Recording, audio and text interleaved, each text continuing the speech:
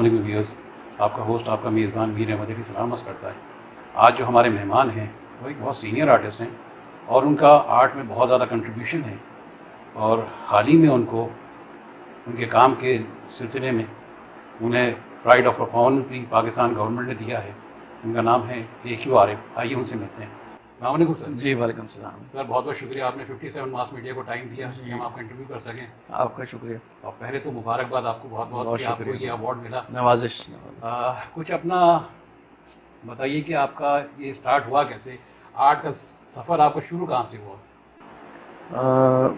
असल में काफ़ी पीछे जाना पड़ेगा हमको इसलिए कि व्यूअर्स जानना चाहते हैं। जाहिर बात है कि जब तक हम उसका पूरा बैकग्राउंड नहीं बताएंगे जी तो वो जो एक चीज़ जो है वो जो लोगों के जहन में तशनगी सी है वो रह जाती है। बिल्कुल बिल्कुल। एक आर्टिस्ट जो है वो प्रोमिनेंट हुआ और वो उसका बैकग्राउंड क्या है, स्ट्रगल क्या है। और मैंने ये देखा है कि जितने भी कामयाब लोग दुनिया से गुजरे हैं पुराने, अगर जब उनके बारे में हम पढ़ते हैं जी तो वो बहुत बड़े लोग हैं। खैर पहली बात तो ये कि मैं तो खैर उनके खाक के बराबर हूँ, जो मेरी फील्ड के लोग हैं, बहुत मास्टर लेवल के, लेकिन उनके पीछे फिर कोई ना कोई स्टोरी ज़रूर निकलती है। जब जिस ज़माने में ये सब चीज़ें नहीं थी, वीडियो कैमरा या मोबाइल, तो वो वीडियो उस तरह नहीं बन पाती थी। तो जब उनकी किताबों में हमने पढ़ा तो फिर पता चला कि वो आखिर उसकी वजह क्या है। सही बात है। तो वजह यही है कि उन्होंने बहुत ज़्यादा बेइंतहा मेहनत की इस चीज़ के सिलसिले में किया। और जस्तुजू जिन लोगों को होती है, मैंने देखा उनके साथ मुश्किलात भी बहुत होती है। सही बात। और कोई भी चीज़, बड़ी चीज़ हासिल करने के लिए आप बगैर मुश्किल के नहीं हासिल कर सकते। सही कह रहे हैं बिल्कुल। अगर जब आपको अगर ऐसे ही मिल जाए कोई भी चीज़ तो फिर उसकी कदर भी नहीं होती। सही कह रहे हैं।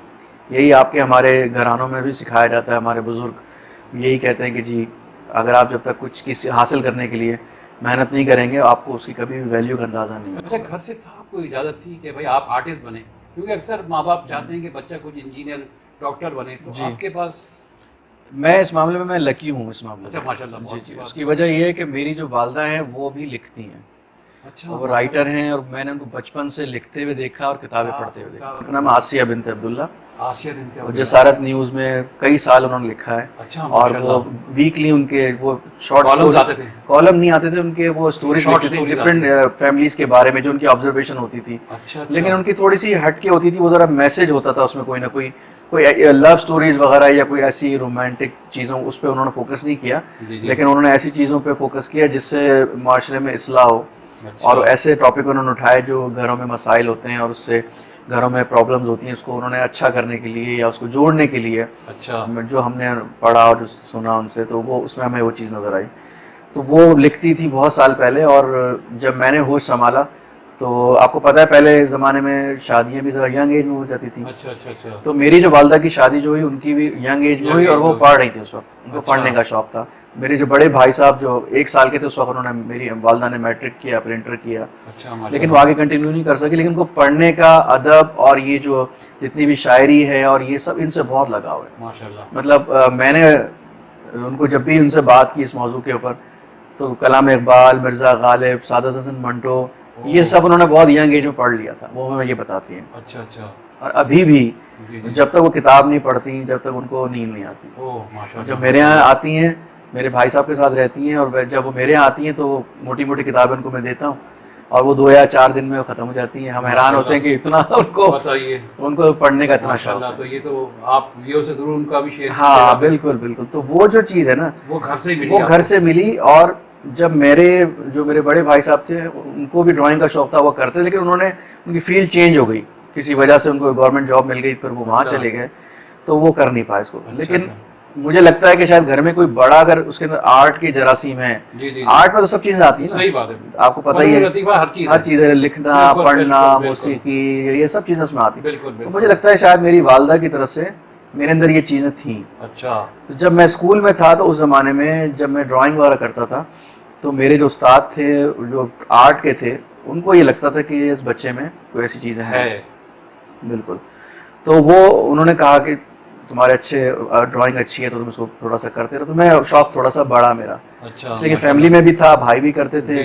घर से भी सपोर्ट थी। सपोर्ट मैं कहता हूँ कि मुझे मतलब मना नहीं किया जाता था कभी कि मत करो ये चीज़ें। लेकिन ज़ाहिर बात है, जब आप थोड़ा आपकी ग्रेड बढ़ने शुरू होते हैं, जब आप 9th मैट्रिक में आते हैं, तो फिर थोड़ा सा होता है फैमिली का रुझान कि साइंस लेगा कि आर्ट्स लेगा कि क्या लेगा। और तो उसमें दूसरी चीज़ों में मेरा इंटरेस्ट कम हो गया था उस वक्त तक। अच्छा अच्छा। आर्ट में ज़्यादा था। उसमें ये होता था कि जो प्रैक्टिकल होते थे बायोलॉजी के, केमिस्ट्री के, तो उसमें जो उनके जर्नल्स बनाने होते थे तो वो भी मैं अपने कभी कभार दोस्तों की भी ड्राइंग्स बना के देता था, बड़ी अच्छी बनती थी, सब मुझे देते थे कि ये करो तुम। तो वो मैं बड़े शौक से करता था। सही। तो वो चीज़ बढ़ती चली गई। लेकिन आर्ट एक ऐसी चीज़ है कि ये महंगी बहुत है। सही बात है, बहुत महंगा शौक, बहुत महंगा शौक है। आप यकीन करें कि जिस ज़माने में मैंने ये चीज़ करनी सोची तो मैं हिम्मत हार गया था काफ़ी हद तक, इसलिए कि इतनी महंगी चीज़ें होती हैं। सही बात कोई भी एक आम सा पेपर ले लें आप, उसकी प्राइस, और फिर जाहिर बात है वालिद मेरे गवर्नमेंट जॉब थी उनकी, लेकिन जाहिर बात है ये एक एक्स्ट्रा ऑर्डिनरी शौक है बहुत, कोई भी चीज़ आप आसानी से नहीं कर सकते। जी जी। तो उसके लिए फिर ये सोचा गया है कि भाई थोड़ा कुछ किया जाए, कोई जॉब वगैरह भी की जाए। लेकिन जाहिर बात आप जब पढ़ रहे होते हैं तो उस वक्त आपको इतनी आसानी से आप कर भी नहीं सकते। और फिर एज ऐसी होती है, 15-16 साल का बच्चा जो होता है वो क्या। अच्छा। तो वो फिर आप मैट्रिक में थे उस ज़माने? मैट्रिक में था। उस ज़माने में फिर मेरे फैमिली में कुछ लोग थे जो न्यूज़पेपर का काम करते थे, अखबार का। अच्छा। तो मैंने वहाँ वो ज्वाइन किया। अच्छा।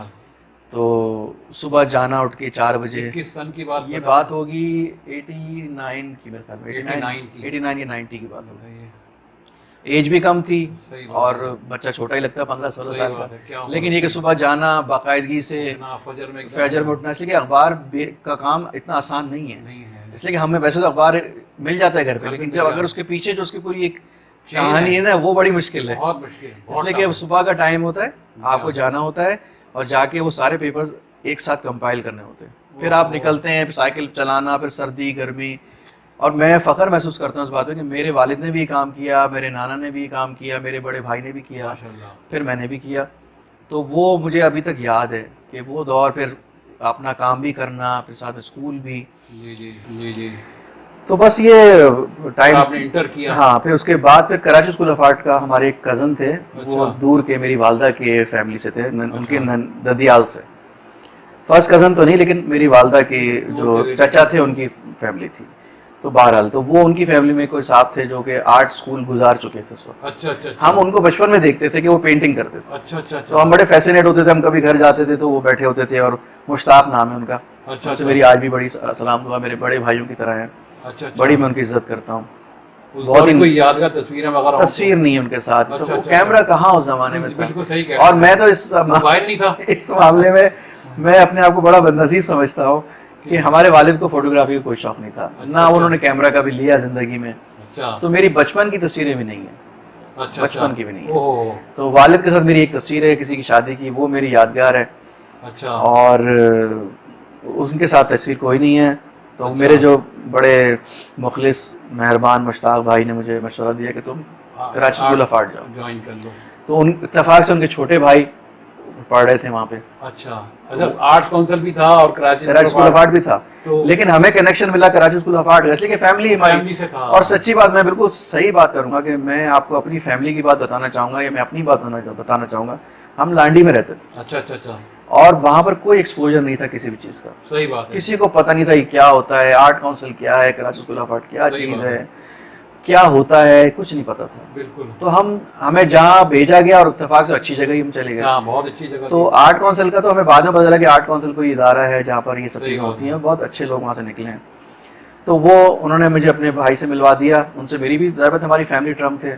तो उन्होंने मुझे कहा कि ठीक है, मैं तुम्हारे लिए फॉर्म लेकर आता हूँ, तुम फिल करो और एडमिशन ले लो कराची स्कूल ऑफ आर्ट में। 1991 की बात है। 91 की बात है। 92 की है। 92 की। तो बस वो फॉर्म ले आए मेरे लिए, मैंने फॉर्म फिल किया, मुझे अपने साथ ले गए। मैंने शॉर्ट कोर्स में, उस वक्त एडमिशन हो चुके थे सारे। अच्छा, क्लोज हो चुके थे। अच्छा, आपने शॉर्ट कोर्स? हाँ, शॉर्ट कोर्स में मैंने एडमिशन ले लिया।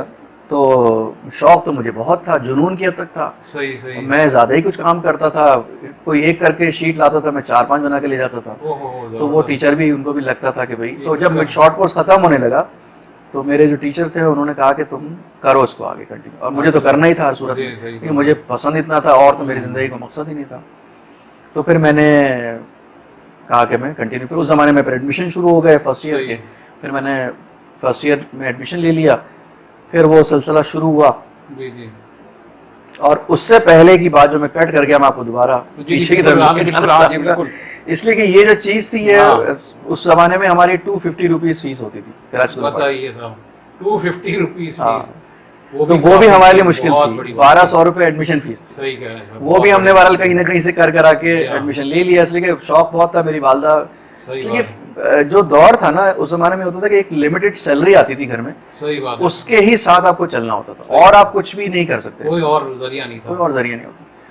तो आपका फिर सिलसिला शुरू हुआ, दोस्त इत्तेफाक से बड़े अच्छे मिल गए जो बड़े ही मतलब मुखलिस थे मेरे नाम साथ। बताएंगे आप उनके? मैं भी बताऊंगा आपको सारे दोस्तों का नाम जी, उनके। तो वो मेरे दोस्तों ने मुझे बड़ी मदद की, थोड़े से कुछ अच्छी फैमिली से भी थे जो थोड़े से फाइनेंशियली स्ट्रॉन्ग थे, तो वो मुझे अपनी शीट्स दे देते थे कि भाई तुम ये अगर हम बाय कर रहे तो मेरे लिए भी एक ले लेते थे। अच्छा, इस तरह सिलसिला शुरू हुआ। ये मेरी पहली आर्ट की पेंटिंग की क्लास थी जिसमें हमने पेंटिंग शुरू करनी थी, वो भी बड़ी इंटरेस्टिंग स्टोरी है। अच्छा, वो ये कि जब मुझे कहा टीचर ने कि भाई कल से पेंटिंग शुरू हो रही है तो तुमने यही चीजें लेकर आनी है। अच्छा, तो जाहिर बात है वो तो मैं ले ही नहीं सकता था, ओह, क्या करूं समझ में नहीं आया। तो मैं मुश्ताक भाई के पास गया। ये जो मशीन सेंटर वाले हैं? नहीं, वो दूसरे मुश्ताक हैं जिनका मैं जिक्र किया, हाँ। जिनको देख के हम कराची स्कूल ऑफ आर्ट में आए। अच्छा, उनके पास गया। उनको शायद याद ना हो ये बात, मुझे याद है अभी भी। तो उन्होंने कहा यार, मैंने कहा मुश्ताक भाई बात ये है कि मेरा पेंटिंग का आ गया है वीक और मेरे पास तो कुछ है ही नहीं लेने के लिए, मैं क्या करूं। तो उन्होंने मुझसे कहा यार कुछ ट्यूब्स पड़ी हुई हैं और कुछ, वो भी उस जमाने में एडवर्टाइजिंग में जॉब कर रहे थे तो पेंटिंग उस तरह नहीं कर पा रहे थे। अच्छा, तो उनके पास चीजें ज़्यादा इधर उधर हो जाती हैं। तो उन्होंने मुझे अपना एक ब्रश दे दिया, मुझे कहा यार ये एक ब्रश है और ये 2-4 पेंट है, तुम ले जाओ। अच्छा, बड़ी बात है मेरे लिए कि नहीं, ऑयल पेंट। अच्छा, ऑयल पेंट मैं ले आया, क्लास शुरू हुई। तो टीचर जो है वो सबको सिखा रहे थे तो मेरे पास आए। तो जब उन्होंने मेरा हाल देखा वो कहने लगे यार तुम्हारी पहली क्लास है और तुम्हारी एक ब्रश है सिर्फ।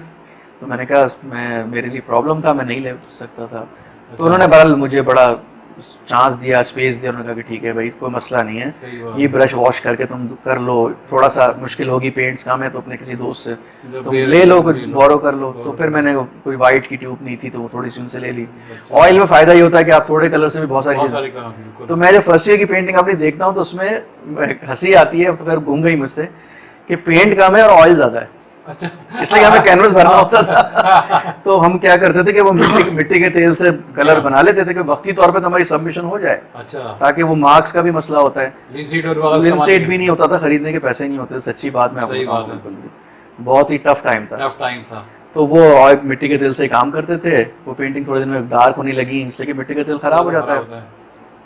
बहरहाल सिलसिला चलता रहा, बहुत अच्छे दोस्त मिल गए। दोस्तों की वजह से आज मैं कहता हूँ कि मेरी वालदा की दुआएं, जिक्र करेंगे मेरे दोस्त, सबसे बड़ी मेहरबान दोस्त तो वो मेरी बेगम ही है। अरे वाह, माशाल्लाह। मेरी 7 क्लास फेलो हैं, माशाल्लाह। वो मेरे साथ सेकंड ईयर से हमने जब फाइन आर्ट्स लिया तो हम जब तो साथ हैं। फिर हमारी शादी भी हो गई, कराची स्कूल ऑफ आर्ट से फारिग जब हुए हैं, तो वो मैं समझता हूँ कि उनका बड़ा सपोर्ट रहा।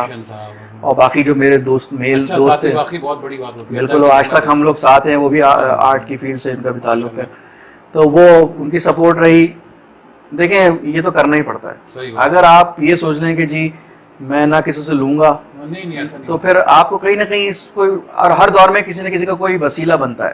अल्लाह ताला ने दुनिया बनाई इसलिए कि हर किसी का कोई वसीला बनता है कि भाई आप अकेले कुछ भी नहीं होते, कुछ भी नहीं। कहीं किसी को कोई दोस्त मिल जाता है, कोई किसी को रिश्तेदार मिल जाता है, फिर वो रास्ते खुलते हैं। अब हम पे डिपेंड करता है कि हम कितने रास्ते खोलते हैं लोगों के लिए, आने वाले लोगों के लिए जो हमारे। तो टीचर का मैं आपको जिक्र करूंगा, हमीद अहमद साहब टीचर अभी भी हैं वहाँ पे। अच्छा, वो बड़े, हाँ, उन्होंने हमें बड़ा सिखाया, बड़ी शफकत का हाथ। रिजवी साहब थे उस ज़माने में? रिजवी साहब बाद में मेरे ख्याल में, हाँ थे, उस ज़माने में भी थे वो। अच्छा, टीचर थे, लेकिन वो ग्राफिक डिजाइन में।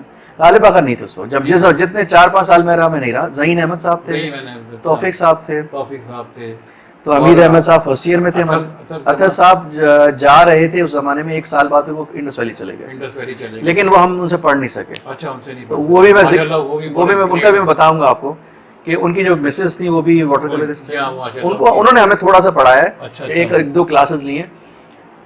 तो जी, तो उनका ये है कि हमीद अहमद साहब ने हमें काफ़ी सिखाया और उन्होंने हमें ट्रेनिंग हमारी बड़ी अच्छी की। जो एक होता है ना कि बड़ा सख्त टीचर जो होता है, अच्छा, जो कि आपसे काम निकलवाना जानता है। फाइन आर्ट्स के थे, उन्होंने हमें ड्राइंग पे बहुत तवज्जो दिलाई। जो बेसिक हमारी जो थी ना, जिसमें पेंसिल ड्राइंग, शेडिंग, वो हमें टास्क देते थे बड़े ज़बरदस्त किस्म के कि इतना टाइम है, इतने टाइम में आपको इतना काम करना है, ओहो, वो लाजमी। और जिस दिन हमारी सबमिशन होती थी, कितने घंटे कम से कम आप काम बहुत करते काम किया। आप यकीन, मैंने कभी काउंट नहीं किया, लेकिन मेरी जिंदगी यही थी। 18-20 घंटे? बिल्कुल किया होगा सर, ये आजकल की जनरेशन के लिए खास तौर पे ये बात है कि वो सोचते हैं कि हम 2 घंटे काम करके हमने बहुत किया। जी जी जी। मैं कहता हूँ आपकी मिसाल सामने है कि 18-20 घंटे लोग काम करते हैं। बहुत काम किया हमने। फिर और स्टूडेंट लाइफ में बिल्कुल बिल्कुल बताइए। बिल्कुल बहुत काम किया। और मुझे लगता है कि शायद हमें खुद भी बहुत शौक था इस चीज़ का। सही बाज़ बात अगर बच्चे कुछ फैमिली की वजह से आ जाते हैं, या कोई फैशन समझ के कि भाई ये तो बड़ा मॉडर्न सा काम है, जी, बड़ा आदमी कूल सा लगता है इसमें, कि भाई सही पेंटिंग बात कर रहा है और सही बात है। गिटार बजा रहा है और सारी चीज़ें। बिल्कुल बिल्कुल। लेकिन हमने पता नहीं इसको किस तरह से लिया कि हमने पहले दिन से ये सोच लिया था कि हमने कुछ करना है और इसी फील्ड में इसी फील्ड में करना है। इसलिए कि जिस ज़माने में मैं फाइन आर्ट ले रहा था, मेरी वालदा ने मुझे सपोर्ट बहुत किया, लेकिन कुछ लोगों ने या मेरे फादर ने भी कहा कि नहीं, साइंस पढ़ो, कुछ और ऐसा करो कि जिसमें जॉब अपॉर्चुनिटी ज़्यादा होंगी। मेरी वालदा ने बड़ी फाइट की थी, उन्होंने कहा था नहीं, इसको करने दो, ये शौक है, इसका शौक है, इसको अगर कुछ और फील्ड में आप डालेंगे ना तो ये नहीं कर पाएगा, फिर वो भी रह जाएगी, ये भी हाथ से चला जाएगा। सही बात है। तो फिर आपके लिए, तो फिर वो मुझे आज भी याद है। तो वो उस दौर से मेरे दिमाग में चल रही थी स्टोरी जी जी। कि मैंने कुछ करना है अपनी फैमिली के लिए भी, अपने लिए भी। सही बात। और कुछ नाम इसमें पैदा करना है। सही बात है। तो बस फिर वो हुआ। फिर फर्स्ट ईयर का मैंने आपको बताया, हमीद अहमद साहब ने हमें पढ़ाया। सेकेंड ईयर में भी थे हमारे साथ वो। फिर हम जब थर्ड ईयर में आए तो ज़हीन अहमद साहब हमें मिले। राबिया आपा आती थी, लेक्चर्स वगैरह देती थी कभी स्कल्पचर में हमारे, लेकिन वो उनकी एज भी थी, प्लस वो शाम में आती थी, कभी कभी नहीं भी आती थी। लेकिन मैं समझता हूँ कि किसी भी आर्ट कॉलेज स्कूल में जो है ना, मंसूर राय साहब वगैरह नहीं आते? मंसूर राय भी आते थे। वो इस्लामाबाद में थे, वो आते तो लेक्चर देते थे। वो साथ ही होती थी। अच्छा, साथ ही होती थी। लेकिन मैं आपको बताऊं कि ये जो आर्ट है ना, जी जी, ये आपको कोई टीचर या कोई ऐसी चीज आपके अंदर डाल नहीं सकते।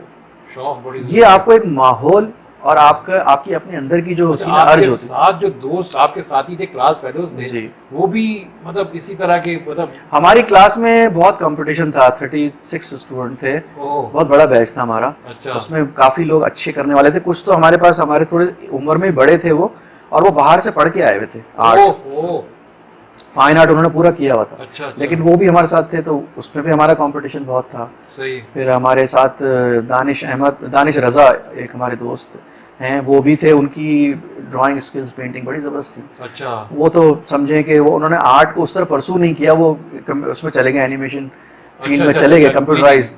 लेकिन वो बहुत टैलेंटेड, मैं समझता हूँ कि अगर वो कंटिन्यू करते तो शायद वो हम सबसे बहुत आगे होते। अच्छा अच्छा अच्छा। लेकिन उनका मिजाज डिफरेंट है, वो करते हैं काम, लेकिन बहुत ही इवेंट के हिसाब से, बड़ा सोच समझ के सिलेक्टेड बहुत है। उनकी जो एग्जीबिशन होती हैं, ग्रुप शोज, उन्होंने सोलो भी किए एक चौखंडी में। अच्छा। लेकिन जिस तरह बाकायदा हमने इसको किया, वो थोड़ा कम करते हैं। तो हमारा कंपटीशन बहुत था उनके साथ। अच्छा, पास आउट कब हुए आप? हम पास आउट हुए 96 में। 96 में। और फिर आपका आर्ट का सफर शुरू हो गया? आर्ट का सफर शुरू हो गया थर्ड ईयर में, जब मैं था। 94 की बात है। तो 7th नेशनल एग्जीबिशन हुई थी इस्लामाबाद में, जो कि PNCA करवाती है। अच्छा अच्छा अच्छा। जिसमें सारे रेनाउंड आर्टिस्ट पाकिस्तान के होते हैं, आते हैं। तो वो मुसरत मिर्जा साहिबा होती हैं हैदराबाद में, आप शायद जानते हो, बड़ी अच्छी आर्टिस्ट हैं। अच्छा। वो आई हुई थी कराची स्कूल ऑफ आर्ट, और वो सिलेक्शन कमेटी में थी उस एग्जीबिशन के लिए। राबिया आपा से मिलने आई हुई थी। तो वहाँ पर मेरी असाइनमेंट लगी हुई थी सारे स्टूडेंट्स। अच्छा अच्छा। तो मैंने अपने एक फ्रेंड का पोर्ट्रेट बनाया हुआ था, मिक्स मीडियम में, वाटर कलर और चारकोल से, बड़ा पावरफुल सा था। अच्छा। तो वो गुजर रही थी वहां से, तो उन्होंने देखा यार ये किसका है, इतने सारे इस काम में मेरा काम उनको पसंद आया। तो मैं था नहीं उस वक्त, तो मुझे कोई बुलाने आया, कह तुम्हें ऑफिस में बुला रहे हैं। तो मैं परेशान हूँ, पता नहीं क्या हो गया, इसलिए कि मेरा रिकॉर्ड बड़ा खराब था। मेरी 6 महीने की फीस मैंने कहा आ गया बुलावा। 6 महीने की फीस हो गई होगी, तो आपा ने कहा बेटा फीस दे दो। सही बात है। तो मैं अक्सर उनसे एक्सटेंशन लेता रहता था। अच्छा। तो मैंने कहा यही कोई मसला होगा। सही बात है। बहरहाल मैं गया, तो मुसरत मिर्जा बैठी हुई थी। उन्होंने कहा कि बेटा वो काम आपका है। मैंने कहा कहीं तो बड़ा ज़बरदस्त है जी। तो मैंने कहा बहुत शुक्रिया। तो कहने लगी कि एग्जीबिशन हो रही है, तो मैं चाहती हूँ तुम्हारा काम उसमें डिस्प्ले हो। क्या बात है सर, वाह वाह। तो मतलब मेरे लिए तो मेरी अचीवमेंट, बिल्कुल। तो उन्होंने फिर कहा कि इसकी तुम तस्वीरें खींचो। और स्लाइड बनती थी उस जमाने में, ट्रांसपेरेंसी। वो भी एक मसला, हर चीज मसला होती है ना, आपके कुछ होता तो है नहीं सिवाय एक आर्ट के। ट्रांसपेरेंसी भी वो उन्होंने, मेरे एक दोस्त बनाते थे, उनको मैंने कहा, वो दोस्त ही थे बेचारे जो मदद करते थे। उन्होंने खींची भी, उन्होंने डेवलप भी कराई। उनका इस्लामाबाद PNCA यहाँ कराची में ऑफिस में वहाँ ड्रॉप कर दें, पेंटिंग भी फ्रेम करा के वहाँ दे दें। तो फिर वो एग्जीबिशन में गई। फिर वो मजे की जो कैटलॉग प्रिंट हुई इसकी, उसमें वो प्रिंट हुआ। अरे वाह, अब्दुल हई साहब के बाद मेरा काम, वाह, इसलिए क्या कि वो बात है साहब। ए से शुरू होता है ना, तो सही, अल्फाबेटिकली, सही। तो वो माशाल्लाह, मेरे अल्लाह उन्हें जन्नत जी नसीब बिल्कुल, करे, बड़े अजीम ग्रेट आदमी आर्टिस्ट थे, थे। बहुत अजीम आदमी थे। तो बहरहाल फिर वो हुआ, फिर सिलसिला शुरू हो आप गया। वहाँ गए? नहीं, मैं जा नहीं नहीं सका, जा सके दोस्त मेरे गए थे, अच्छा, अच्छा, अच्छा। मैं नहीं जा सका, इसलिए मैं उस जमाने में एक पारसी स्कूल है सदर में, BVS, अच्छा जी, वहाँ अच्छा, पर आर्ट टीचर की जरूरत थी, मेरे एक दोस्त मुझे ले गए थे वहाँ पे, तो मैंने अच्छा, वहाँ पर अप्लाई किया, मुझे जॉब मिल गई। अच्छा, तो वो भी मेरे लिए बड़ी बात थी कि मुझे सही। जॉब मिल गई, और Supporting, जी। 2,500 सैलरी थी उस समय। बताइए, माशाल्लाह। तो बहुत मैं बढ़िया। वहाँ गया, जाना होता था, मैंने कहा मैं नहीं जा सकता। तो बहरहाल वो एग्जीबिशन अच्छी रही, तो अच्छा। पेंटिंग वापस आ गई, मेरे लिए यही अचीवमेंट थी कि वहाँ काम मेरा लग गया। लग गया। तो बस ये 96 में फिर जब फाइनल ईयर हमारा आया, जी। तो ज़हीन साहब हमारे उस्ताद थे, ओह, तो उनके साथ हमारी बैठकें आपने होती thesis किया थी, अपनी? थीसिस किया। फिर मैं एक ये था कि जी टॉपिक कोई लेना है कि भाई आप क्या करेंगे, थीसिस 4 साल जो पढ़ा है, कुछ सही सोच बात है, बनती है या सही डेवलप बात होती है। है। तो मैं काफ़ी परेशान रहा। फिर मेरे एक दिन रात में मैं लेटा हुआ था, मेरे जहन में आया, मैंने कहा यार 4-5 साल जो मैंने गुजारे हैं केस से, में ये मेरे दोस्तों की वजह से, सही बात है। वरना मैं कुछ भी नहीं था। तो मैं ऐसा करता हूँ कि अपने दोस्तों के ऊपर ही पेंटिंग बना देता हूँ। ओह, तो क्या मैंने idea? अपने दोस्तों को क्या तस्वीरें ली उनकी, अच्छा। हम होटल में बैठे हुए हैं, मेरे दोस्त अच्छा। चाय पी रहे हैं, वो ओह, कोई स्मोकिंग कर क्या रहा है, टॉपिक। तो मैंने मतलब लाइव लाइव उनकी मैंने कुछ तस्वीरें ली, कुछ स्केचेस किए, अच्छा। और फिर मैंने उनको काफ़ी बड़े स्केल पे पेंट किया। ओह, 4x6 फीट की पेंटिंग बनाई, जबरदस्त। 3x4 की, ऑयल ऑन बोर्ड। ये इसमें बोर्ड, स्टोरीज सब में मिलेंगी आपको, इसलिए सही कि बात जो है, मैं आपको बातें बताऊंगा वाकई ये ना अचीवमेंट है सर। मैं तो कहता हूँ आज की जो जनरेशन है उनको ये सबक लेना चाहिए। जी और हमारे प्रोग्राम का मकसद भी ये है सर कि वो बिल्कुल। लोग आपसे इंस्पिरेशन दें बिल्कुल। कि जिस तरह का आप लोगों ने मेहनत की। अच्छा, फिर आपने देखिए, हमने ये साबित किया कि मटेरियल महंगा होना ज़रूरी नहीं है। अगर आपके अंदर टैलेंट है और तो जज्बा आप है, किसी सस्ती चीज़ पे भी कर सकते हैं। जज्बा होना चाहिए। जज्बा होना चाहिए। तो मैंने थीसिस जब शुरू किया, जी। तो उसमें हमारी बोर्ड की रिक्वायरमेंट होती है कि 6 पेंटिंग्स आपको करनी है, 6 पेंटिंग और वो साइज कोई भी हो, वो आपके ऊपर है। तो मेरे Sketches भी होते स्केचेस हैं। भी होते हैं।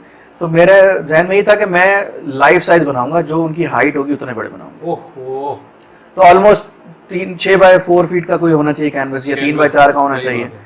तो वो मैंने सब बोर्ड पे था। हाँ, बोर्ड पे बनाने की वजह भी एक थी, जिसका मुझे थोड़ा नुकसान भी हुआ। अच्छा, वो ये हुआ, बोर्ड सस्ता मिलता है, कैनवस महंगा मिलता है। सही बात है। तो हमें एक हार्ड बोर्ड हमने ले लिया कहीं से, अच्छा, बहुत सारा, उसको खुद ही काटा वटा, फिर एक जगह पे जाकर उसको पूरा लकड़ी किया। लगा के, फिर वाइट वॉश भी खुद ही किया।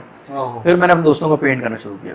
फिर हमारे एक दोस्त थे, उनके घर पे हमने कहा कि, इसलिए कि हमें 6 महीने पहले ऑफ दे दिया था कि अब आप थीसिस करें, सही बात इसलिए है, कि अब यहाँ आएंगे टाइम ज़्यादा होगा। सही बात है। तो फिर हमने एक दोस्त के मशवरा किया कि भाई एक साथ करते हैं काम, ताकि एक दूसरे की हेल्प भी हो हो जाए जाए। और एक माहौल भी रहे, घर में नहीं हाँ, कर उस पाएंगे। जमाने में यही तरीका था, यही होता सारे एक जगह जमा हो हाँ, जाते थे चीजें। तो 4-5 लोग जमा हुए, जी, फिर जी। मैंने उनको पेंट करना शुरू किया, तो वो अच्छी बनने लगी पेंटिंग आहिस्ता आहिस्ता। अच्छा, कुछ शुरू में ख़राब हुई, फिर वो थोड़ा सा बेहतरीन फ्लो आ गया, हाँ, हाथ में फ्लो आ गया। तो वो पेंटिंग बन गई, बड़ी अच्छी सी बन गई। फिर ज़हीन साहब को मैंने बुलाया, मैंने कहा आप आइए आके देखिए, काम कंप्लीट हो गया। तो ज़हीन साहब आए, अच्छा, तो उन्होंने कहा यार सबका काम देखा, मेरा काम देख के कहने लगे कि यार ये तो तुम मुझे बिल्कुल Outstanding। पसंद नहीं आया मुझे काम। क्यों? बस उसमें भी कोई उनकी अदा थी, मैं बताऊंगा अच्छा। आपको वो हमेशा मेरे साथ, अच्छा, मुझे तो वो तंग बहुत करते थे, हमारा बहुत अच्छा रिश्ता था मजाक का। मगर एक्सपेक्टेशन आपसे कुछ ज्यादा थी। ज्यादा नहीं थी, वो मुझे कभी भी मुंह पे तारीफ नहीं करना चाहते थे, उनको पता था कि इसके अंदर कुछ है। ओ, ये उन्होंने मुझे बाद में बोली, ये बाद में क्या बोली, बात है। उन्होंने कहा कि अगर मैं तुम्हें तारीफ करूंगा ना तुम वहीं रुक जाओगे। सही बात तो है। मैं हम बाद में struggle का माध्यम उन्होंने मुझे खत्म बाद है। में ये बात बोली, उन्होंने कहा कि यार ये तो मुझे पसंद नहीं है, इसको इम्प्रूव करो, तुम वीक है काफी काम तुम्हारा। ओहो, तो मैं परेशान हो गया, मेरे तो रंग उड़ गया, इसलिए 1-2-3 हफ्ते बाद डिस्प्ले था, ओहो, सबकी फिनिश हो चुकी थी, सबको शाबाशी दी उन्होंने, मुझे बताइए। कहा कि भी मुझे पसंद नहीं आया। और मेरे लिए मैं कहता हूँ कि ज़हीन अहमद साहब हमारे लिए समझो फादर फिगर थे बताइए। बिल्कुल, और उनके मैं कुछ बातें ऐसी जो मैं बहुत याद करता हूँ, सही बात, और बहुत जल्दी चले गए वो हमारे से बीच में से, बहुत हमारी मोहब्बत थी उनके साथ। सही बात। कराची स्कूल ऑफ आर्ट में हम जानबूझ के ब्रेक देर से जाते थे कि ज़हीन साहब हमें डांटें, हमें अच्छा लगता था ओह, कि यार ये जो बंदा है ना ये हमारा अपना है। सही बात वो है। हम जानबूझ के हमें कान पकड़ के बोलते थे खड़े हो जाओ यहाँ पर। और 4th ईयर फाइनल ईयर में हम सीनियर ही हाँ, होते थे, senior था। सब जूनियर बैठे हैं, लेकिन हमें अच्छा लगता था बात कि यार ये हमारे कुछ हैं, कुछ हैं, इनके साथ हमारा कोई रिश्ता है। कोई तो बहरहाल दोस्तों ने मुझसे कहा सर तुम ऐसी तंग करते हैं, तुम परेशान नहीं हो। बहरहाल मैंने थोड़ा बहुत टच वच करके, इसलिए चेंज तो मैं कर नहीं सकता था। सही बात है। फिर वो डिस्प्ले हो गया, काम हमारा जो आए जूरर वगैरह काफ़ी सारे थे, अच्छा, आदिल सलाउद्दीन थे, और इनका नाम मेरे जहन में नहीं आ रहा, रिजवी साहब, इनका कंप्लीट नाम मेरे जहन में नहीं आ रहा। बहरहाल शौकत रिजवी साहब, वो अच्छा। बड़े बहुत ही मुखलिस स्वीट इंसान, मुझे आज तक उनसे मेरी दोस्ती है। तो और भी कुछ लोग थे, शौकत रिजवी साहब ने बड़ा पसंद जो किया, जूरी में थे। जूरी में थे, सही सही। तो वो उन्होंने भी बड़ा पसंद किया। आदिल साहब ने कोई ऐसे कमेंट नहीं दिए, लेकिन हम्म। हो गया, डिस्प्ले हो गया, और 2 महीने बाद का रिजल्ट आता है। जी जी। खत्म हो गया कॉलेज, फिर मैं जॉब में लग गया, थीसिस डिस्प्ले हुआ था, मशहूर साहब आए वहाँ पर देखने के लिए, मैं था नहीं, अच्छा तो वो उन्होंने अपना नंबर छोड़ दिया कि मुझसे कांटेक्ट करो। अच्छा। तो मैंने उनको फ़ोन किया, तो कहने लगे यार तुम क्या कर रहे हो दोपहर में? तो मैंने कहा कि मैं मेरे स्कूल में पढ़ाता हूँ। मशहूर साहब का ये उस जमाने नीपा में पे था, खुल गया था। खुल चुका था वो। अच्छा अच्छा। नीपा चौरंगी पे अच्छा अच्छा। 96 में। और सरफराज मुसाफिर। सरफराज में बाद में आए थे, अच्छा, मेरे बाद में आए बाद थे। में आए थे, मैं पहले वहाँ ज्वाइन अच्छा किया था। अच्छा। तो बहरहाल फिर मैंने कहा मैं पढ़ाता हूँ सुबह में, तो कह रहे दोपहर में क्या कर रहा हूँ? मैंने कहा मैं दोपहर में वहाँ से 2 बजे फारिग हो जाऊँगा, कह मेरे पास आ जाना। क्या बात तो है। मैं चला गया वहाँ, सही। तो कह रहे कुछ लेके आना पेंटिंग वगैरह, तो मेरे को फोल्डर था पोर्टफोलियो जो हमने इतने साल किया था, मैं वो भी लेके साथ, वो भी देखा उन्होंने। तो कहने लगे यार तुम मेरे पास जॉब करो। सही बात है। अंधे को क्या चाहिए, 2 आंखें चाहिए। बहुत बड़ी बात तो थी। मेरे लिए उस तो जमाने में उनका बड़ा हाँ, नाम था। बड़ा नाम था। नीपा पे सादिक खान नहीं था, नहीं, उनका बहुत नाम स्कूल था। बहुत अच्छा चल रहा था। बहुत अच्छा चल तो रहा था। बहरहाल मैं गया वहाँ पर, उनका तुम कल से आ जाओ। सही तो बात फिर है। मैंने इवनिंग शिफ्ट उनका ज्वाइन कर ली, टीचिंग की। ओह तो मैं फिर जबरदस्त। पढ़ाने लगा, तो मेरे पास फिर और स्टूडेंट्स आए, बड़ा उनके वो भी बड़े अच्छे अब आर्ट की फील्ड में आ गए हैं, उनके साथ भी मेरा बड़ा अच्छा रिश्ता है। सही बात। तो वो चल रहा था साथ साथ। तो मैं फिर हमारा रिजल्ट अनाउंस हुआ कराची स्कूल ऑफ आर्ट का। तो मैं शाम का वक्त था, मैं सो रहा था, मेरा दोस्त आया मेरे घर, उस हमारा PTCL भी नहीं था हमारे पास, मतलब फ़ोन मोबाइल फ़ोन तो बहुत बाद में बाद में है, आया। सही बात PTCL का कनेक्शन भी नहीं लगा था। है। सही बात है। और मेरे दोस्त को मेरी वाइफ ने फ़ोन किया, उस वक्त हमारी शादी नहीं हुई थी। अच्छा अच्छा अच्छा। उसने फ़ोन किया, उसने कहा कि आरिफ से कहो कि उसकी पोजीशन आई है सिंध में। क्या बात है सर, बहुत बड़ी बात तो है। वो बेचारा भागा भागा आया, मैं सो रहा था, नींद से उसने मुझे उठाया। तो मैंने खैरियत तो है, क्या हुआ? कह रहे यार वो तुम्हारी पोजीशन आई। अच्छा। मैंने कहा यार मजाक मत करो तुम, मेरा तो ज़हीन साहब ने कहा था तुम्हारा तो काम बिल्कुल बेकार बेकार है, तो मैं तो तुम कोई ये और वाकई बात करो। हाँ। तो उसने कहा नहीं मैं सच्ची में अखबार लाया हूँ। अच्छा। उसने मुझे अखबार दिखाया, तो मेरा नाम लिखा। बताइए साहब। फिर मेरी वालदा को मैंने बताया, उन्होंने गले लगा लिया खुशी से मुझे। बताइए। वालिद बड़े खुश हुए कि भाई पोजीशन आ गई इस पोजीशन तरह आ से। गई। तो बस फिर वो सिलसिला हुआ, शुरू हो गया। सिलसिला शुरू तो साथ साथ चल ही रहा था।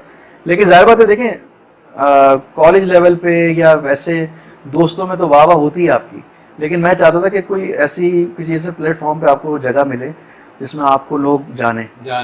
तो वो आर्ट गैलरीज था हमारे सामने एक टारगेट के, भाई आर्ट गैलरीज कौन सी हैं? सही उस बात। वक्त सिर्फ 3 गैलरीज थी, अली इमाम साहब अली की, इमाम साहब, बशीर चौकंडी, मिर्ज़ा। नहीं बशीर मिर्जा बंद हो चुकी अच्छा थी, बशीर मिर्ज़ा बंद हो मेरे गया। ख्याल में बंद हो गई थी 96 अच्छा। में, क्या शायद होगी। चौकुंडी ओशन। चौकंडी ओशन तो बहुत बाद बाद में में आया। हाँ, ये अली इमाम साहब की चौकंडी आर्ट गैलरी और Clifton art gallery. Krypton art gallery. तो हम सबसे पहले चले क्लिफ्टन आर्ट गैलरी। अच्छा। तो क्लिफ्टन आर्ट गैलरी में रिजवान साहब से हमारी मुलाकात हुई, बड़ी अच्छी हमारी दोस्ती सही उनसे। बात है। तो उन्होंने कहा यार अब जूनियर लेवल पे हम थोड़ा सा देख के लेते चौकुंडी में सलीम थे उस जमाने में। शरीफ थे, बिल्कुल चौकुंडी में। बिल्कुल थे। हम्म। उन्होंने कहा यार जूनियर लेवल पे हम जो है ना थोड़ा देख के काम लेते हैं कि थोड़ा सा आर्टिस्ट जो है वो किस जरा caliber का एस्टेब्लिश है। हो जाए, तो फिर हम जरा उसको सही है। space। तो हमने कहा कि ठीक है आप थोड़ा टाइम दें, हम करते हैं। तो फिर हम कांटेक्ट में रहे उनके साथ, लेकिन चौकंडी से हमें अच्छा रिस्पांस मिला। हाँ। चौकंडी में मैडम जोहरा हुसैन ने कहा कि ठीक है आप काम अपना छोड़ दें यहाँ पे। उन्होंने रिजवान साहब ने उसको कहा कि नहीं अभी आप और करें, हम्म। तो वो हम वापस ले आए। फिर ये ओशन की बात कर रहे हैं। नहीं सिटी सिटी। अच्छा सिटी। सही सही सही सही। क्लिफ्टन आर्ट गैलरी रिजवान साहब की समझ गया, और समझ गया। चौकंडी आर्ट गैलरी जोहरा हाँ, हुसैन की, बस, जो क्लिफ्टन समझ में। गया, सही सही। तो उन्होंने कहा कि भाई, और वो चौकंडी इस वक्त नंबर 1 नंबर वन। अभी भी उसका बड़ा अच्छा नीचे रैंक। था उस जमाने, नीचे शॉप नहीं ऊपर था, मेजनाइन पे थी वो। उस वक्त रिसेंट गई थी समझे वो। अच्छा रीसेंट गई थी, बिल्कुल सही बात है। तो उन्होंने हमें स्पेस दिया। फिर अली इमाम साहब का ले गया, तो उन्होंने कहा कि मैं तो सोलो करता हूँ सिर्फ, और अच्छा। सोलो के लिए आपको बहुत काम करना पड़ेगा, अभी आप नए हैं बिल्कुल। जी जी। तो फिर मैंने उनसे कहा कि आप जो है कोई हमें डेट दे दें तो मैं काम करूं अच्छा। इस बारे में। अच्छा आप गैलरीज का जिक्र कर रहे थे, चौकुंडी आर्ट गैलरी और Chaukhandi art gallery, Clifton art gallery और अली इमाम साहब की गैलरी। तो फिर वो हमने उन्होंने कहा कि सोलो करते हैं। सोलो अली इमाम करते हैं, साहब अली ने। इमाम साहब ने कहा, उनका मैंने कहा ठीक है फिर आप टाइम दे दें हमें, तो फिर हम काम करते हैं। जी जी। तो फिर वो उस दौरान काम भी करते रहे। फिर कुछ इस तरह से सूरत हाल बनी कि काम जो है वो फिर गैलरीज में आहिस्ता आहिस्ता सेल होना शुरू हो गया था उस वक्त तक। अच्छा माशाल्लाह। फिर वो ये कौन सा सन है? ये बात है 98 की बात है, 98 की। 98 99 इस तरह आपका काम जो है अब आना शुरू हो गया। मतलब बहुत ज्यादा नहीं, एक आध कोई सेल हो गई पेंटिंग, तो पेंटिंग हो गई। फिर और कोई काम दे दो। तो वो सिलसिला शुरू और हुआ। आप पढ़ा रहे थे? मशहूर स्कूल अवार्ड में पढ़ा रहा था। पढ़ा रहे थे। फिर 98 में मेरी शादी हो गई। अच्छा माशाल्लाह। फिर 99 में मेरा बेटा पैदा हुआ एक। फिर हमने दोनों ने ज़रूरत यही फील्ड रखी, तो वो भी बड़ा टफ टाइम था, फैमिली स्टार्ट हो जाती है जी हाँ आपकी। जी हाँ, सही लेकिन बात है। बहरहाल पेंटिंग भी सेल हो जाती थी, जॉब भी थी, तो बड़ा अच्छा एक एनवायरनमेंट बनना शुरू हो गया, हमारा अच्छा चलना शुरू हो गया सही सिलसिला। बात है।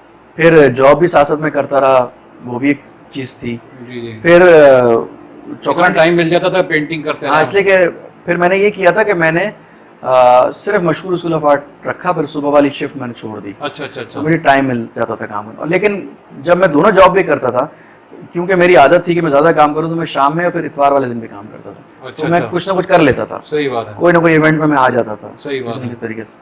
तो वो मामला चलते रहे। फिर 2003 में मुझे चौकंडी गैलरी ने ऑफर कर दी कि आप सोलो एग्जीबिशन करें। चौकंडी ने, चौकंडी मतलब बड़ी गैलरी है, बड़ी रेनाउंड बात, गैलरी, बहुत बड़ी बात मेरे थी। लिए बड़ी बात बहुत थी बड़ी बात थी कि सोलो सोलो एग्जीबिशन उन्होंने मुझे कहा करने के लिए। अब उस जब उन्होंने मुझसे कहा, पहले तो मैं बड़ा था कि भाई जज्बा था कि एग्जीबिशन करनी, जब उन्होंने मुझसे कहा अब मुझे समझ में नहीं आ रहा कि मैं करूं क्या।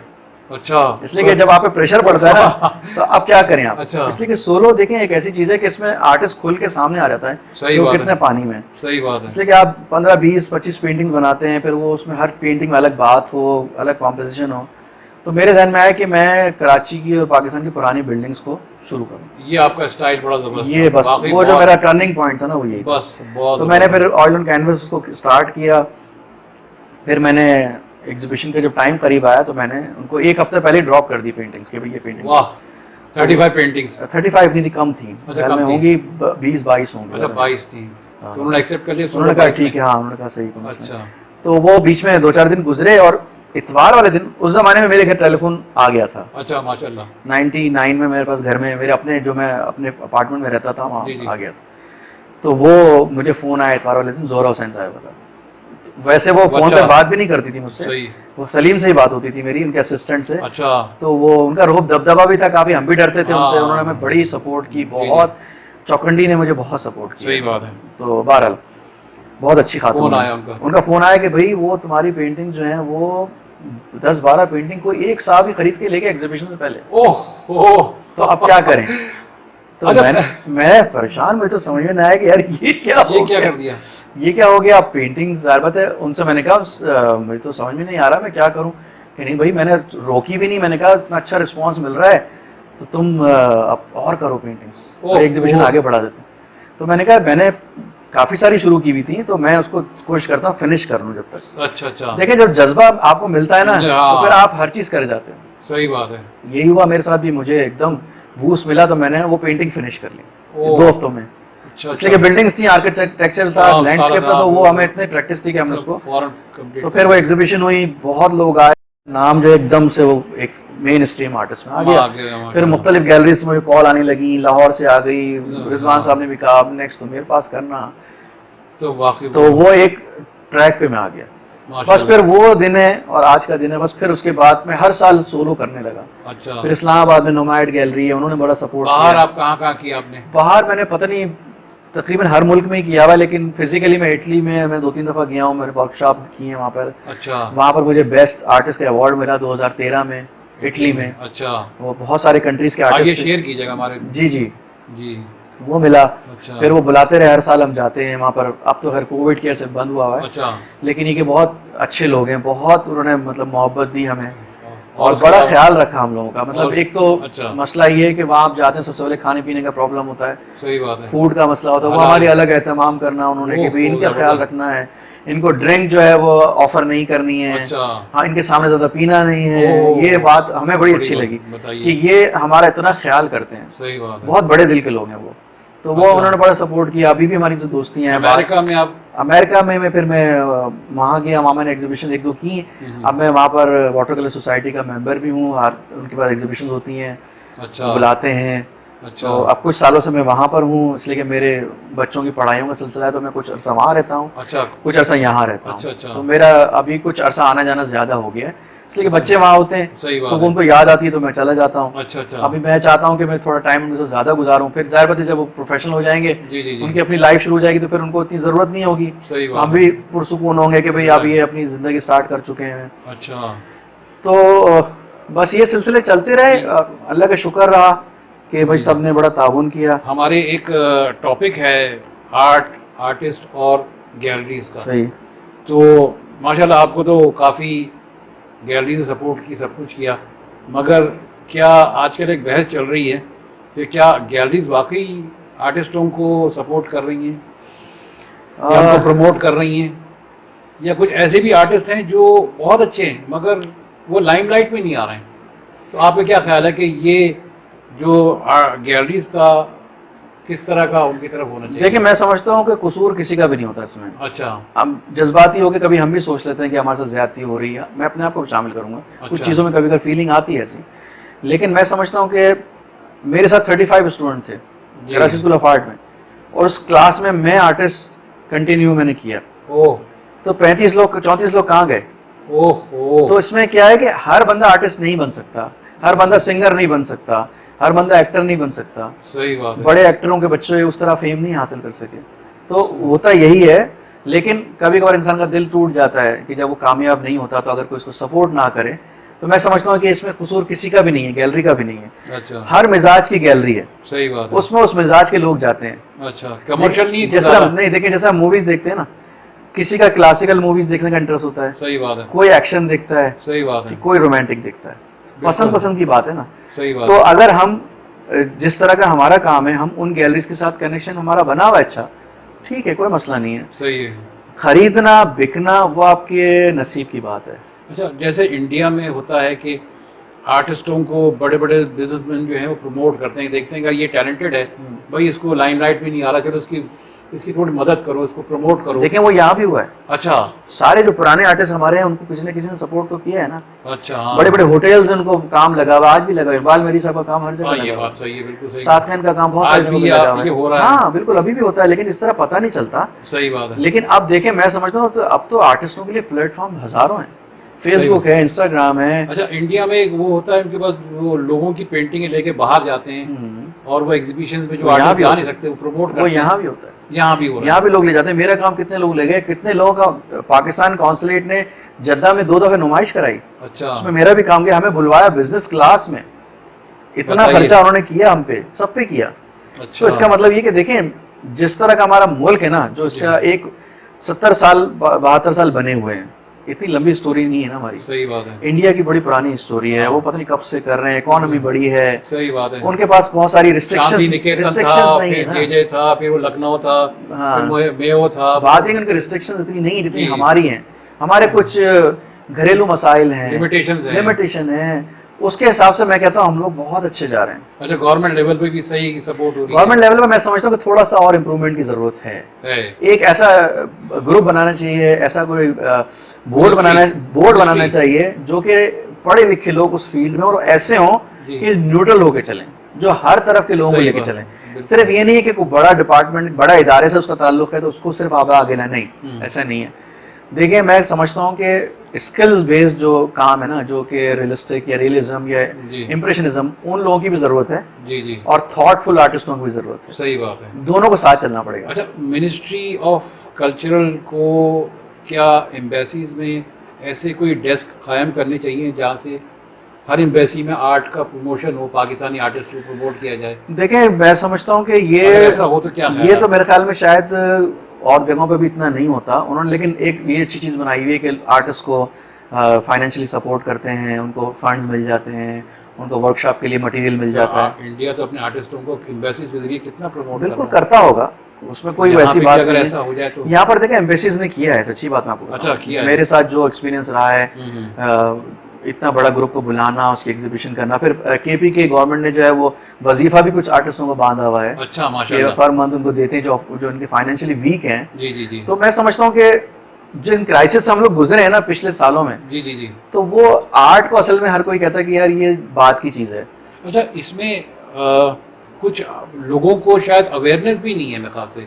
हाँ। ऐसे कुछ चीज़ें हो रही हैं, तो वो जब सही होंगी ना, जब उसको सही तरीके से प्रमोट नहीं किया जाएगा, सही तरीके से प्रमोट करें, उनको वो टाइम दें, उनको टीवी पे उनके बारे में बताएं, उनका कोई ऐसी चीज़ बनाएं। जी जी। लेकिन अब देखिए, फर्क बहुत आ रहा है, अब हर घर में एक आर्टिस्ट बनना चाहता है। सही बात। मेरी अपनी फैमिली में हजारों लोग मुझसे रब्ता करते हैं कि मेरी बच्ची कर रही है, उसको सपोर्ट करें, उसको बताएं। जी जी। बहुत ये चीज़ें बढ़ गई हैं अब। मीडिया के अंदर कराची यूनिवर्सिटी में डिपार्टमेंट बन गया है। सही बात। वो एक बड़ी अचीवमेंट है कि भाई गवर्नमेंट लेवल पर काम हो रहा है, इकरा में हो रहा है, तो बहुत सारी जगह पे हो रहा है। तो मैं समझता हूँ कि गैलरीज किसी को आप कमर्शियल या नॉन कमर्शियल नहीं कह सकते, हर बंदा अपने हिसाब से काम कर रहा है। कहीं कहीं थोड़ी ज्यादतियां भी हैं, देखिए ज्यादतियां होती हैं, ज्यादतियाँ भी सर एक अभी डिबेट चली, हमारे फरहान अवान का नाम आप जानते जी, हैं, जी। डीजल आर्ट, उन्होंने एक डिबेट ऑन की जी। कि फेक पेंटिंग्स के ऊपर कि उन आर्टिस्टों के नाम भी लोग साइन कर रहे हैं, ये चीज़ ये ज्यादती है, ये गलत ये है। बहुत गलत है। और मैं नए आने वालों को भी कहूँगा जो आर्टिस्ट बन जाते हैं कि जी किसी का काम फॉलो करके कॉपी करके आप थोड़े दिन तक कर सकते हैं, लेकिन ज़्यादा अरसा नहीं चल सकता वो काम। अच्छा, हमारे जो सिलेबस है आर्ट कॉलेज का, इंस्टीट्यूट्स का, वो आप समझते हैं सही है? मैंने जहाँ पर पढ़ाया, इंडस वैली में मैं पढ़ा रहा हूँ काफ़ी सालों से, वहाँ पर सर मैंने मैं अगर जैसे अगर हम बड़े आर्टिस्टों पे थीसिस करवाएं बच्चों से, तो उनके काम को समझने में भी आसानी नहीं, देखिए होगी। मैं समझता हूँ अपना मीर साहब, बात यह है कि किसी के ऊपर भी जब आप फाइनल ईयर में किसी भी पढ़ रहे होते हैं ना, तो स्टूडेंट की अपनी मर्जी होती है वो क्या करना चाहता है। नहीं वैसे ही अगर बच्चा काम करे, हाँ, तो उसको टॉपिक दे दिया कि भाई आप साद खान पे करें, टॉपिक नहीं दे सकते ना। अच्छा, मीर साहब टॉपिक नहीं दे सकते। आप जब आप प्रोफेशनलिज्म में आ जाते हैं ना, तो आप किसी को कह नहीं सकते कि तुम ये करो। उसकी अपनी एक सोच होती है, उसके पीछे वो काम करता है। लेकिन जो ओ लेवल्स के स्टूडेंट आर्ट लेते हैं, उसमें से बहुत बच्चे ऐसे आते हैं, मेरे पास भी आते हैं, जो कि किसी आर्टिस्ट पे रिसर्च करते हैं। वो मैं भी दे चुका हूँ इंटरव्यू लोगों को, मैं अपने काम के बारे में, वो एक अच्छी चीज़ है जी। ओ लेवल्स के बच्चे जो पढ़ के जब आगे वो यूनिवर्सिटी में जाते हैं, तो उनको बैकग्राउंड पता होता है। सही बात है। फिर वो यूनिवर्सिटी में उनकी मर्जी होती है, वो साद खान पे करना चाहे या वो गुलजी पे करना चाहे या किसी में भी करना चाहे। अब जैसे हमारे रिजवी साहब हैं, वॉश टेक्निक पे काम कर रहे हैं, मेरे ख्याल से वो डाइंग आर्ट है, मुगल मिनिएचर है। सही है। वो कंटेम्प्रेरी उसके अंदर मतलब मुगल मिनिएचर हो गया। बिल्कुल। असल मुगल मिनिएचर क्या है वो रह गया। वो तो देखे ना, एनसीए में एक डिपार्टमेंट है मिनिएचर आर्ट का, जो कि बड़े बेहतरीन वहाँ उस्ताद गुजरे हैं। उस्ताद शरीफ थे, फिर अपना बशीर अहमद साहब, उन्होंने कितने लोगों को निकाला है जी। और एक से बढ़कर एक आर्टिस्ट निकला है। उनको पूरी बेसिक टेक्निक पता है, जो पहले एक होती थी बादशाहों के ज़माने में, जिस तरह पेपर बनता है या कलम किस तरह इस्तेमाल होता है। और उसमें इमरान कुरैशी साहब का नाम है उसमें, और उनकी वाइफ हैं आयशा खालिद हैं, और कितने मिनिएचरिस्ट निकल रहे हैं। और मैं कहता हूँ कि इस वक्त अगर बाहर बैठ के कोई पाकिस्तानी आर्ट को सर्च करता है ना, जो अच्छे आर्टिस्ट निकल रहे जिनका नाम आता है, उसमें ये सारे मिनिएचर डिपार्टमेंट पाकिस्तान के हैं, लाहौर के। बहुत बड़ी बात। इमरान कुरैशी हैं, आयशा खालिद हैं, शाजिया सिकंदर। आप सेटिस्फाइड हैं? हाँ, बिल्कुल। अमेरिका में शाजिया सिकंदर को अवार्ड दिया गया, आपको पता है? अच्छा, जो कि पाकिस्तानी एनसीए की पढ़ी हुई है। बताइए। देखिए मैं बताऊँ आपको, हर चीज़ को हमें पढ़ना चाहिए, हर चीज़ को सुनना चाहिए। सही बात। अगर हम एक महवर में रहेंगे ना, तो हम आगे नहीं बढ़ सकते। सही बात है। तो मैंने ये देखा कि हमारे पास एक तबका है, वो एक स्कूल ऑफ थॉट को मानता है, वो दूसरों को देखता ही नहीं है। सही बात। मैं जिस तरह का बंदा हूँ, मैं सबको देखता हूँ। बहुत बड़ी बात है। नेशनल कॉलेज ऑफ आर्ट जी, वो अगर वो बड़ा इदारा है तो उसकी वजह है, उनके बड़े नाम निकले, बड़े नाम वो बड़े प्रोफेशनल तरीके से बाहर की यूनिवर्सिटी में जिस तरह पढ़ाया जाता है जी, उसको मैच करते हैं उस स्टैंडर्ड को। तो फिर देखें, बात है ना, जब तक हम उनको पढ़ेंगे नहीं, उनके बारे में देखेंगे नहीं, हमें पता नहीं चलेगा। तो हमें उनको भी हमें अप्रिशिएट करना चाहिए, इसलिए कि हमारा काम स्किल बेस्ड ज़्यादा है। हमारे काम देखा जाए तो हम पुरानी रिवायतों को लेके चल रहे हैं, और हमें भी जो नया काम आ रहा है, जो नई सोच डेवलप हो रही है। देखिए हम टेक्नोलॉजी का साथ लेते हैं ना, मोबाइल टच फोन यूज करते हैं, हम चाहे हम बोले नहीं अभी तक हम वही कैमरा रोल ही डालेंगे, हम आगे नहीं बढ़ना, हमें वही अच्छा लगता है, हम पीछे रह जाएंगे। अच्छा, जैसे भी मैंने उनका रिजवी साहब का इंटरव्यू कर रहा था, तो वो यही कह रहे थे कि वॉश टेक्निक में कोई सीखना नहीं चाहता, क्योंकि बड़ा हाँ वो और बात है। जी जी बिल्कुल। नहीं, रिजवी साहब की बड़ी खिदमत है माशाल्लाह, बड़ा खूबसूरत काम है उनका, और वो आसान नहीं है टेक्निक, गलती हो जाए आप ठीक नहीं कर सकते। सही बात है। बहुत ज़बरदस्त आर्टिस्ट हैं वो। और ये कि इसको कैसे प्रिजर्व करें, इन चीज़ों को, इन लोगों के काम को बस ये तो देखें, अल्लाह ताला किसी के दिमाग में डाले कि भाई वो करना चाहता है, वो आ जाए आपके पास, तो आप फिर अपने शागिर्द बनाएं। आपको इंस्टीट्यूट को, उनको चाहिए कि कोई ऐसा खोलें इदारा जहाँ पर वो ये टेक्निक को सिखाएं, लोग आएंगे, बिल्कुल आएंगे। उनकी सेहत भी नहीं रही। हाँ वो और बात है। अच्छा, आपने वालदा के बारे में कुछ? वालदा मेरी माशाल्लाह लिखती रही बहुत अच्छा, उन्होंने, मैंने बताया आपको कि स्टोरीज लिखती रही, और अभी भी लिखती हैं, लेकिन अब उनकी सेहत ऐसी नहीं है कि वो लिखें। लेकिन उनको शौक था बचपन से, उनको भी यही हुआ कि उनको भी रोका गया, शादी हो गई, बच्चे हो गए, तो लेकिन फिर भी वो उनको, मेरे वालिद ने उनको सपोर्ट किया माशाल्लाह, बहुत बड़ी बात है। वो ले जाके मिलवाते थे लोगों से, मुख्तलिफ अदीबों के साथ। अच्छा, मुश्किल था जाहिर आपको लेके जाना कहीं से, लेकिन बहरहाल वो अपने हद तक जहाँ तक कर सकते थे किया उन्होंने। अब मेरी वालदा भी, उनकी भी कुछ किताबें मैंने कंपाइल करवाई हैं। अच्छा, तो वो अभी प्रिंटिंग में वो आ जाएंगी, तो मैं हमारे व्यूअर्स से शेयर कीजिएगा, मैं जरूर दूंगा आपको। और प्लस ये कि उनकी दुआएं अभी भी मेरे साथ हैं। बहुत बढ़िया। अवार्ड पे उनको बड़ी खुशी हुई, उन्होंने ये कहा तो कि इस मैंने अवार्ड का हम आपको फिर दोबारा से उनको ही मिला है अवार्ड, मैंने उनको पहनाया भी जी, है, वो तस्वीर तस्वीर भी। है ना, मैंने फेसबुक पे देखी आपकी, वो जरूर शेयर कीजिएगा। असल में तो उनका ही है। सही बात मैं है, तो वाकई कुछ नहीं हूँ। वो गोद ही है जिसमें आपको बिल्कुल परवरिश मिली। बिल्कुल। तो सर आपका बेहद आपका शुक्रिया भी कि शुक्रिया आपने बहुत बहुत। न्यूट्रिशन मास मीडिया को दिया। बहुत शुक्रिया, व्यूअर्स, नवाजिश। एक नए वीडियो और एक नए आर्टिस्ट साथ इंशाल्लाह फिर हाजिर होंगे, तब तक के लिए इजाज़त दीजिए। और आखिर में आपको AQ आरिफ साहब का कंप्लीट एड्रेस वगैरह मिल जाएगा। थैंक यू, अल्लाह हाफिज़।